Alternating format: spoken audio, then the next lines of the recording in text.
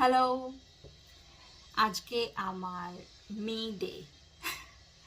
May Day মানে আমার নিজের জন্য সময় কাটানো। আমি আগে থেকে ছুটি নিয়ে রেখেছি। আমাদের অফিসের এই একটা ভালো দিক আছে যে আমরা যদি কোনো প্রি প্ল্যান করি তো একটা লিভ নিতে পারি, যেটাকে বলে ফ্লেক্স লিভ। কীভাবে হয় একটু বলি।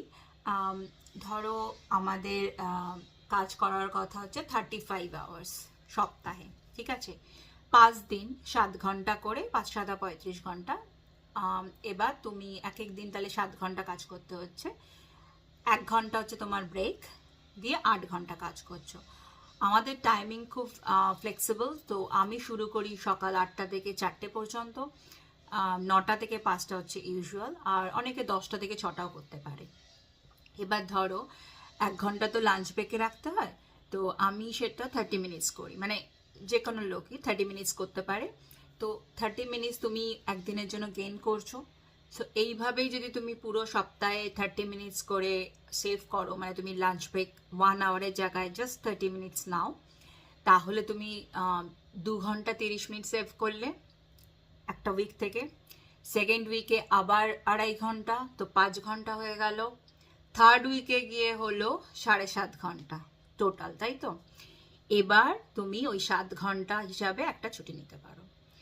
সো এটা খুবই কাজের, যখন তোমার কোনো লিভ তুমি জানো যে ওই দিন তুমি ছুটি নিতে চাও, আগে থেকে প্রি প্ল্যান থাকলে একটাই ব্যাপার, সেটা হলো তোমার ম্যানেজমেন্টকে সেটা জানাতে হবে, আর ওরা যদি অ্যাকসেপ্ট করে যে হ্যাঁ ওই দিন তুমি ছুটি নিলে কোনো অসুবিধা নেই, বিকজ বিজনেসে তোমার কোনো প্রবলেম হচ্ছে না। তো যখন অ্যাকসেপ্ট করে তখন তুমি ওটা অ্যাপ্লাই করতে পারো। আর হ্যাঁ, তুমি এনজয় করো, যা ইচ্ছা করো। তো আমি মাঝে মধ্যেই নিয়ে থাকি, কারণ আমি বেশিরভাগ সময় 30 মিনিটসে আমার ব্রেক হয়ে যায়। তো প্রতি মাসে এরকম নেওয়াই যায়। হ্যাঁ, তো আমি কি করলাম সারাদিন এখনো পর্যন্ত? সকালে একটু দেরি করে ঘুম থেকে উঠলাম, তারপরে ঈশানকে স্কুলে ড্রপ করলাম, সেখান থেকে ডিরেক্ট চলে গেলাম আমার জিমে। জিমে এক্সারসাইজ করে বাড়িতে ফিরলাম, ফিরে শাওয়ার নিলাম, তারপর একটা খুব ভালো ব্রেকফাস্ট করলাম। তারপর এখন ঠিক করেছি কিচেনে তো ঢুকবো না, কারণ কিচেনে ঢুকলেই 3 4টে আইটেম বানাবো, 2 3 ঘন্টা তাতে চলে যাবে। সেজন্য যা আছে ফ্রিজে সেটাই গরম করে খাবো। তো আমার কয়েকটা বই পড়া শুরু করেছিলাম, সেগুলো শেষ হয়নি। তো এখন টার্গেট হচ্ছে সেটা শেষ করা। তারপরে দুপুরে খাওয়ার পরে কোনো সিরিজ দেখতে পারি, 2 3টে চলছে আমার, সেটা কন্টিনিউ করতে পারি, বা নতুন কিছু অ্যাডভেঞ্চারাস স্টার্ট করতে পারি। তারপরে বিকেলে ঈশানকে আনতে যাবো, ওখান থেকেই আবার যাব ক্যারাটে সেশনে। ক্যারাটেতে ও যখন ক্যারাটে করবে তখন বাবা মার সাথে ফোনে কথা বলে নেব, কারণ তারা কলকাতা থাকে। আর তারপরে হ্যাঁ, রাতে বাড়িতে ফিরে ডিনার করে ঘুম। একটা দিন নিজের শরীরকে দেওয়া আর কি, একটু রেস্ট দেওয়া, অফিসের কথা না ভাবা।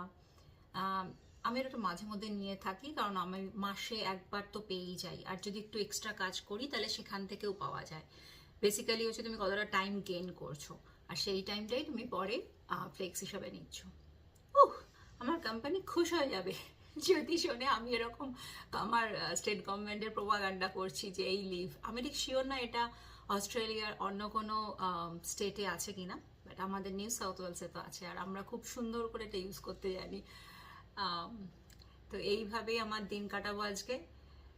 তোমরাও কিন্তু নিজেদের জন্য টাইম দিও, খুব ইম্পর্টেন্ট এটা।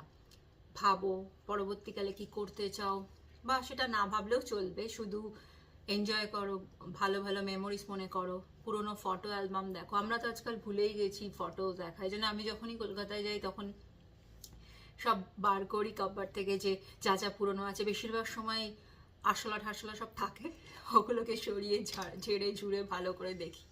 বাট খুব ভালো লাগে দেখতে পুরনো জিনিস, পুরনো কথা, সব কিছুই।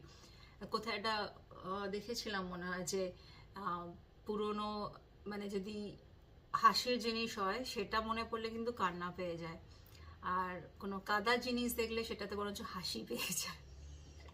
আমার ক্ষেত্রে তো দেখেছি খুব হয়েছে।